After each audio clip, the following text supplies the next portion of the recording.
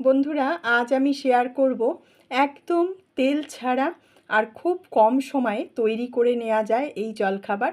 আমার বাড়িতে যখন জলখাবার করার জন্য আমার হাতে সময় কম থাকে, সাধারণত আমি এই জলখাবারটাই বানিয়ে থাকি। আর এটা একদমই তেল ছাড়া, ছোট থেকে বড় সবাই পছন্দ করবে। আর সবার জন্য এই জলখাবারটা ভীষণই স্বাস্থ্যকর। আর সবথেকে বড় কথা হলো, খুব কম সময়ের মধ্যে রেডি করে নেওয়া যায়। আর এর সঙ্গে যদি থাকে বাদাম নারকেলের চাটনি, তাহলে তো আর কোনো কথাই নেই।